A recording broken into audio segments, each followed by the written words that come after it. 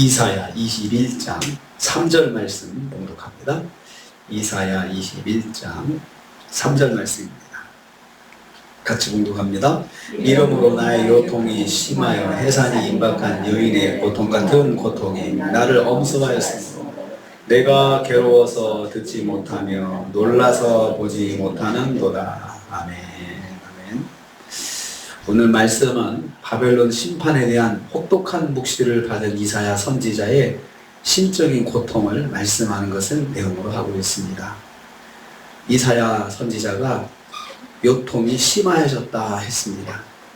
바벨론의 심판 말씀은 선지자의 기쁨이 되어야 했습니다. 슬퍼할 일은 아니었습니다. 왜냐하면 바벨론은 유다를 압제하던 나라였으니까 속이 시원하고 후련했어야 하는데 선지자는 그렇지 않았습니다. 사실 바벨론 심판에 대한 말씀을 들은 모든 사람들은 다 기뻐했습니다. 정말 잘 됐다. 그렇게 된다면 정말 속이 후련하겠다. 이렇게들 반응을 하였습니다. 하지만 이사야 선지자는 바벨론의 심판이 고통이 되었다고 했습니다. 나의 요통이 충만하였다 그 뜻이거든요. 허리 통증으로 인해서 온 몸의 마디마디가 다 그 고통을 느꼈다는 말씀입니다.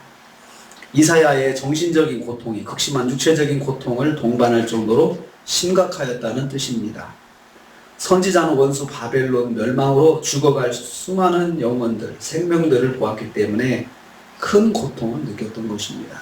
그러니까 바벨론이 원수 나라고 이스라엘을 고통스럽게 했던 나라지만 그들이 멸망한다는 그 말씀 속에 그 묵시 속에 그런 장면들이 보였거든요. 그러니까 그것을 보면서 마음에 큰 고통을 느낀 거죠.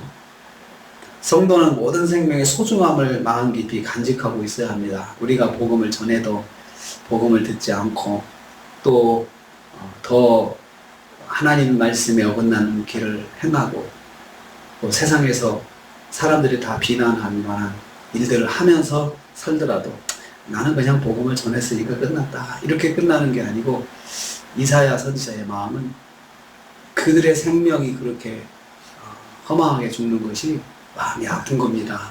마음이 아파서 그런 것입니다. 해산이 임박한 여인의 고통 같은 고통이라 했습니다. 이사야가 겪은 고통은 아기를 출산하는 여인이 느끼는 고통과 같은 극심한 고통이었습니다. 나를 엄습하였다고 했습니다. 선지자를 서로 잡았다는 뜻입니다. 통증에 견고하게 붙잡혀 있다는 말씀입니다. 선지자는 지금 견딜 수 없는 그 극심한 고통에 사로잡혀 벗어나지 못하고 있습니다. 그냥 그거 무시하면 되는데 그게 안 되는 거예요. 선지자의 마음이. 그 정도로 바벨론 심판받는 상황이 비참하고 비극적인 것임을 알기 때문이었습니다. 수많은 생명들이 죽고 수많은 가정들이 무너지고 세상에 태어나지 못하고 죽을 수많은 태아들의 모습을 봤기 때문에 그렇습니다. 바벨론 심판에 대해서 이사야 13장에 먼저 말씀했는데 거기 18절 말씀에 그렇게 기록되어 있습니다. 메대 사람이 활로 청년들을 쏘아 죽이고 태의 열매를 긍휼히 여기지 아니하고 아이들을 애석하게 보지 아니했다. 그러니까 바벨론 사람의 모든 그 살아있는 그런 생명들은 어린아이서부터 태중의 아이부터 아이뿐만 아니고 어린아이부터 그냥 청년 장년 이르기까지 그냥 보는 대로 다 그냥 죽였다는 것입니다. 그러니까 그걸 보면서 그러한 것들이 보여지기 때문에 선지자의 마음이 아픈 것입니다. 선지자는 하나님의 마음으로 심판의 백성들을 불쌍히 여기는 마음을 가지고 있는 것입니다. 세 번째로 감각이 마비되는 고통을 겪는다고 했습니다. 나의 고통으로 인하여라고 했습니다. 고통은 앞에서 말한 온몸 마디마디에 자리 잡은 통증을 말합니다. 그리고 또 이 고통은 선지자를 짓누른 해산을 앞둔 산모 같은 통증을 말합니다.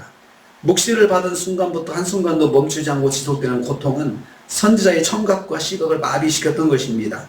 듣지도 못하고 보지도 못하도다 라고 했습니다. 말씀을 전하는 선지자는 단순히 전하는 것으로 자신의 사명이 다 했다. 나는 전하는 것으로 끝난 거야 라고 그렇게 생각하지 않았습니다. 그 말씀이 실행될 대상자들에 대한 안타까운 마음을 가지고 있었습니다. 그 영혼들을 사랑하는 마음을 가지고 있었던 것입니다. 이사야는 영혼 사랑의 마음으로 고통을 받고 있는 것입니다. 말씀을 받은 자의 특권은 먼저 하나님께서 보여주셨고 깨닫게 하신다는 그 특권의 복이 있지만 또 한편 그 말씀이 이루어질 것에 대한 그 결과를 보고 기쁠 때도 있고 마음이 고통스러울 때도 있다는 것입니다. 말씀을 전하는 자, 말씀 받은 성도는 영혼에 대한 사랑이 있어야 됩니다. 영혼 사랑, 생명 사랑이 있어야 됩니다. 우리도 교회를 비판하고 핍박하고 욕하고 하는 사람들이 많이 있습니다. 그런데 그 영혼들에 대한 안타까움을 우리가 또 가지고 있어야 합니다. 그 하나님의 심판을 받고 정말 천국까지 못하고 지옥 가면 영원한 고통이 있고 영원한 심판이 있는데 마음의 안타까움이 있어야 합니다. 그래서 그분들도 불쌍히 여기는 마음이 있어야 합니다. 욕하는 거 욕으로 대항하거나 또 그것을 저주하거나 그러한 마음도 이해가 되지만 한편 선지자는 바벨론 심판에 대한 말씀을 듣고 마음이 후련하다는 사람들의 반응을 같이 하지 않고 그냥 자기도 그 생명들이 안타까워서 얼마나 안타까웠으면 뼈 마디마디가 아플 정도로 그 고통이 있다고 하겠습니까? 그냥 거기에 깊이 그 영혼들의 불쌍함에 대한 것이 그냥 공감을 깊이 하는 거죠. 그냥 하고 끝나는 게 아니고 얼마나 깊이 생각했는지 뼈가 마디마디 아프고 산모의 통증 같은 통증이 그냥 확 짓누르고 있었다. 이 마음은 하나님의 마음입니다. 하나님께서 생명을 불쌍히 여기는 마음, 심판하시면서도 하나님의 마음도 마음이 아프시다는 것입니다. 오늘 우리는 이 말씀을 통해서 영혼 구원, 생명 구원에 대한 마음을 다시 한번 다졌으면 좋겠습니다. 우리가 말씀을 전해도 복음을 전해도 예수 믿으라 해도 그냥 오히려 더 말로 공격하고 또 나를 어렵게 하고 힘들게 하는 사람이 있을 수 있습니다. 그런데 그 영혼을 생각하면 그 사람들의 겉으로 보이는 반응을 생각하면 나도 화가 나고 또 그 사람들에 대한 좋은 기도가 나오지 않고 그렇지만 그 영혼을 생각하면 불쌍히 여기는 마음으로 마음의 고통이 느껴져야 한다는 것입니다. 얼마나 안타까운 일인지 마음의 고통을 느끼고 우리도 계속해서 그 영혼들을 놓지 않고 계속해서 영혼 구원을 위해서 기도해야 한다는 것입니다. 말씀을 받은 자, 말씀을 받은 성도, 말씀을 전하는 성도의 책임은 생명에 대한, 생명 구원에 대한 그 책임이 있습니다. 내가 끝까지 저 사람을 구원받도록 인도해야 되는데 라고 하는 그 책임감이 있어야 합니다. 그래서 오늘도 우리가 생명 구원을 위해서 기도하는 심령이 있다면 놓지 마시고 그 사람이 나한테 어떻게 했든 간에 어떻게 반응했든 간에 그 영혼을 불쌍히 여기는 마음으로 다시 한번 하나님께 기도하고 또 우리 세상에 우리 교회를 아주 욕하고 핍박하는 그런 악한 언론인들 또 이런 사람들 많습니다. 그런데 그 사람들의 영혼을 불쌍히 여기는 마음으로 그 구원을 생명 구원을 위해서 또 기도하는 그러한 하루가 되었으면 좋겠습니다. 이렇게 오늘도 생명 구원을 위해서 이사야의 마음 가지고 이사야의 마음 같이 안타까운 마음으로 영혼 구원을 기도하는 하루가 되시기를 주님의 이름으로 축복합니다. 주님 감사합니다.